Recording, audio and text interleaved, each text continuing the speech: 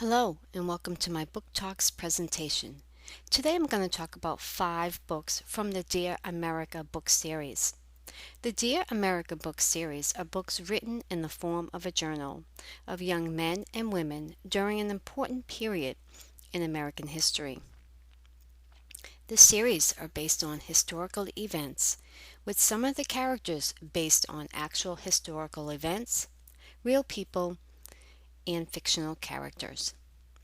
The various authors of the series have created a theme of fictional characters to enhance the story, and their journals are works of fiction. The Dear America book series of historical fiction novels was published by Scholastics in 1996. The series, however, was canceled in 2004 with its last release of Hear My Sorrow. However, it was relaunched in the fall of 2010. Dear America book series are appropriate reads for any grade level from 5 and up. My first book I'm going to talk about is written by Barry Denenberg, who also wrote 7 other novels within the Dear America series. This book is about a 12-year-old boy, Ben, and his family. Set in San Francisco, California in 1942, life would change for Ben and his family along with thousands of other Japanese American families. When the news hit the airwaves that Japanese bombed Pearl Harbor, the government forced more than 110,000 Japanese Americans to close their businesses, sell their homes, and most of their belongings. They were forced to move away into camps in fear that somehow they had connections to Japan and its government. The United States has assigned a number to every Japanese American family. Ben's family's number was 13559. Ironically, 2/3 of the 110,000 Japanese Americans were in their early 20s, if not younger. The government also seized the bank accounts of these families until the war was over. As long as you looked Japanese, you were a victim of captivity. Unfortunately, a knock on Ben's front door changed his and his family's world forever. His father, who was a businessman and a professional, was taken by the FBI because they thought he had ties to Japan. He was sent to a camp in Montana for questioning, away from his family. With just a few personal items, Ben, his 14-year-old sister Naomi, and their mother were forced to leave their home and taken by train hundreds of miles away to Mirror Lake Internment Camp, a barbed wire compound with thousands of one-room barracks that they had to share with another family. Until now, Ben thought he was an ordinary 12-year-old boy, out playing with his friends, doing his homework, going to school, the freedom of an American. But now, he sees himself different, with yellow skin, dark hair, and slanted eyes.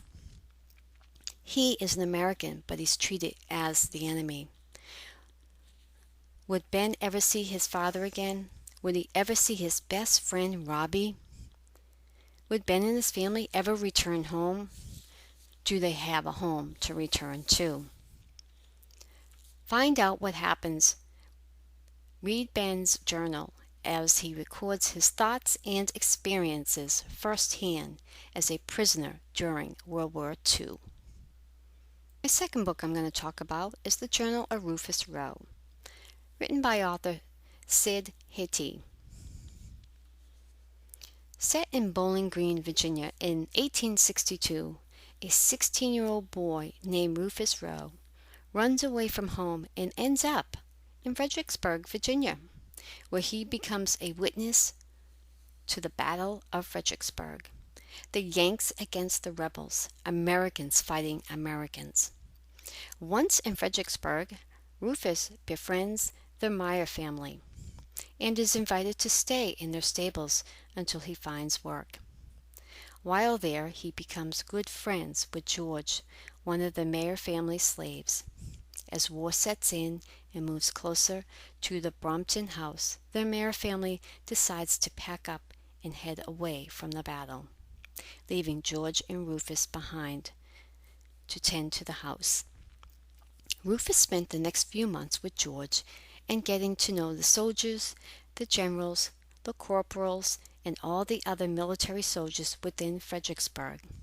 Indeed, Rufus was a friendly fellow.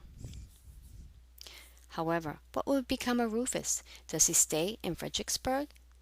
Does he ever return home to his mother? To find out what happens, read Rufus's journal as he records his thoughts and experiences firsthand as a witness to the Battle of Fredericksburg. My next book I'm going to talk about is written by author Jim Murphy, who has also written 2 other novels within the Dear America series. This is about James Edmund Peace. Set in Virginia in 1863, a 16-year-old orphan boy named James Edmund Peace runs away from his aunt and uncle's farm to join the Union Army Company C during the Civil War.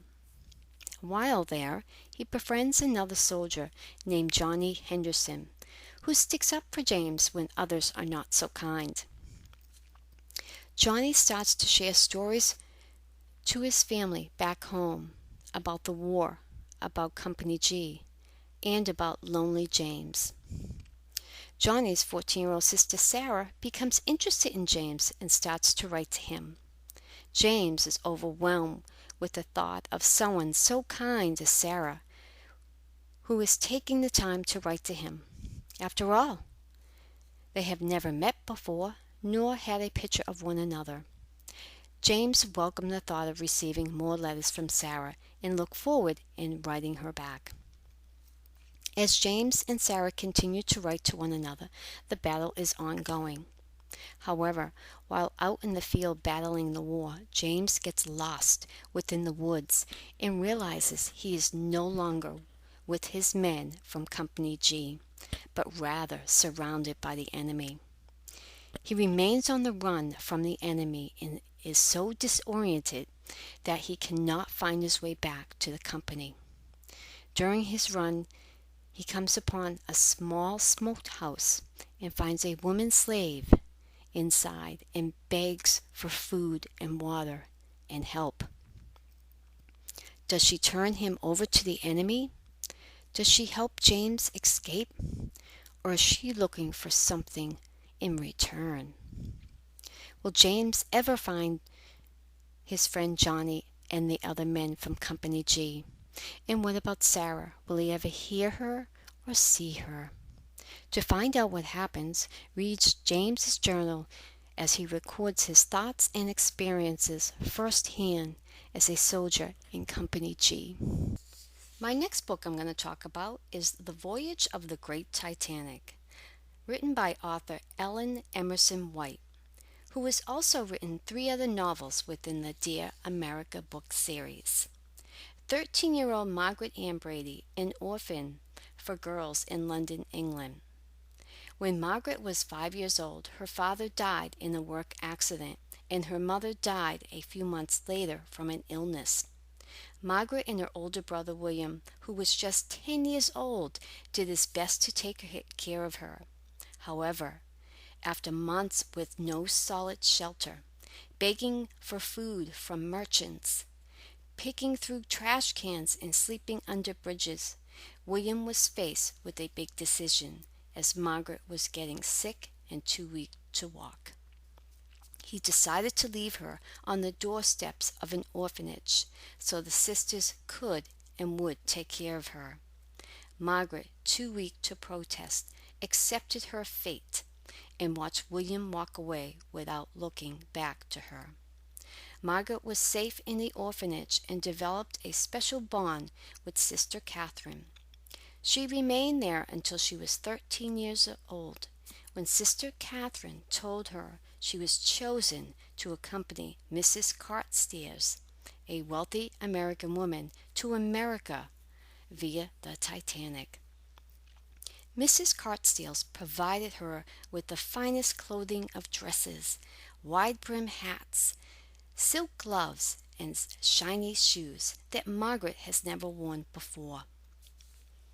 She had the finest food and slept in a luxury room with a canopy and even had room service from a waitstaff named Robert, who was barely 17 years old himself. Margaret did not make any friends on the voyage because she was too young for the older patrons and too old for the younger children. Her only friend that she would come to know was Robert, her room server.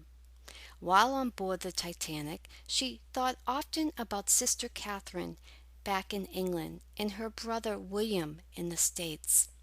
Will she ever come to see them again? Was she one of the lucky passengers who survived, or did she perish with the other 1,500 passengers? Did Mrs. Carstairs survive? To find out what happens, read Margaret's diary as she records her thoughts and experiences firsthand as a passenger on the Titanic. And my final book I'm going to talk about is The Journal of Finn Reardon by author Susan Campbell Bartoletti. She also has written 2 other novels within the Dear America book series. Set in New York City in 1899, in Irish section of the Lower East Side, 13-year-old Finn Reardon, Irish American, who lives with his mom, pop, grandpa Jigsy, older sister Maggie, and 2 younger sisters, Annie and Winnie.